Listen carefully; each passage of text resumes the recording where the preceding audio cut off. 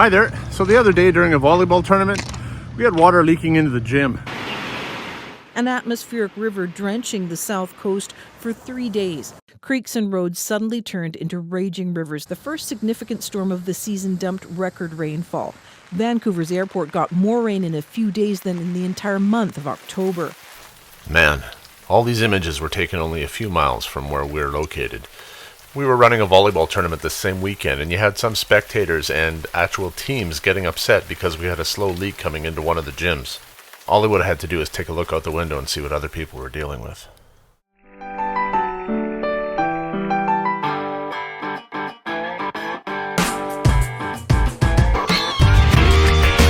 Buckle up for safety as I give you a day in the life of facilities maintenance.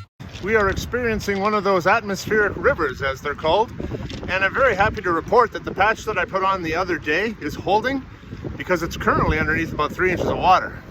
The reason I'm up here today is that we've got a volleyball tournament going on and there's water leaking into the gym. It's not much, it's only about 1 drop every 8 seconds, so nothing compared to what we were dealing with over here.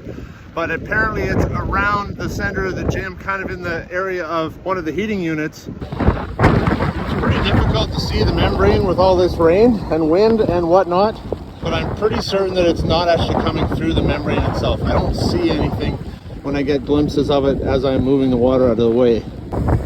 With the tournament going on in the gym, it's not like I can run a scissor lift in there and get up underneath where the water is actually dripping to landmark it exactly. My first thought was that it was probably coming in through a cable penetration, but it turns out that it wasn't.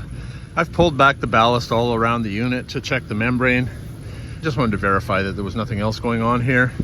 And after pulling the panel cover off, I can see that it's been coming in through the panel cover itself.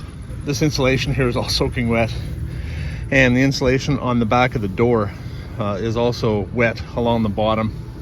I thought I would just be changing some seals, but I'm noticing there aren't any seals here actually. The edge of the panel fits down into this groove, and because of that, it's really important that all the fasteners are in place. The problem is that they weren't. I'm going to show you this other unit over here right now. I've taken the panel cover off, but I'm going to drop in a picture here right now to show you all the red circles you see. Those are all the areas that there were missing fasteners. And because the panel cover has been off and on so many times, there are kinks along the edge of this metal that prevent it from actually slotting into the groove along the side of the actual RTU itself. And as a result of that, it doesn't seat fully in the groove. When we have an atmospheric river like we had on the weekend, and it's raining sideways, it's like hitting the side of this thing with a pressure washer. Water just gets forced in through the cracks. So I've brought a hammer and a vice grip up here with me. I'm going to try and straighten out all those little pinch bends so that the whole panel seats back into that groove properly, and then put new fasteners on so that it's not missing any and it's securely tightened. Okay, well, I've straightened out everything along the edges and along the bottom of this panel, so it should fit back in there quite well. And yes, it does. Even without any of the screws in place, the edge of this panel is fully seated in the groove along the sides. I should also mention too that when this unit is running, there's a whole lot of suction happening on this panel itself. So if the seal is bad around the outside edge and it's raining as hard as it was during the weekend, it's going to be sucking in water at every imperfect spot around there. Remember that insulation inside there that was soaking wet? Look at this puddle right here. So what's going to happen when we've got bucket loads of water coming down from the sky? Well, all this water here is going to constantly be running off the edge. And with this unit running, as it's running off the edge there, and the massive vacuum that this creates, it was just sucking all that water up inside. Allow me to demonstrate.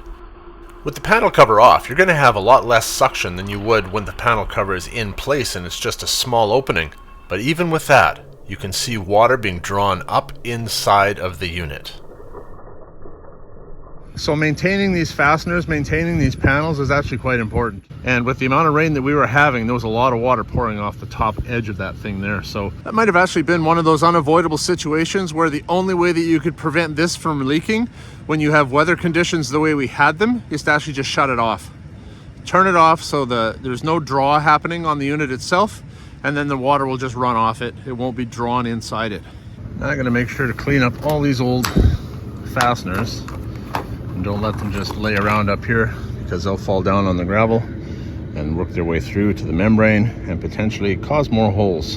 And if there's one thing we don't need are more holes in this roof. Thanks for watching. Have a great day.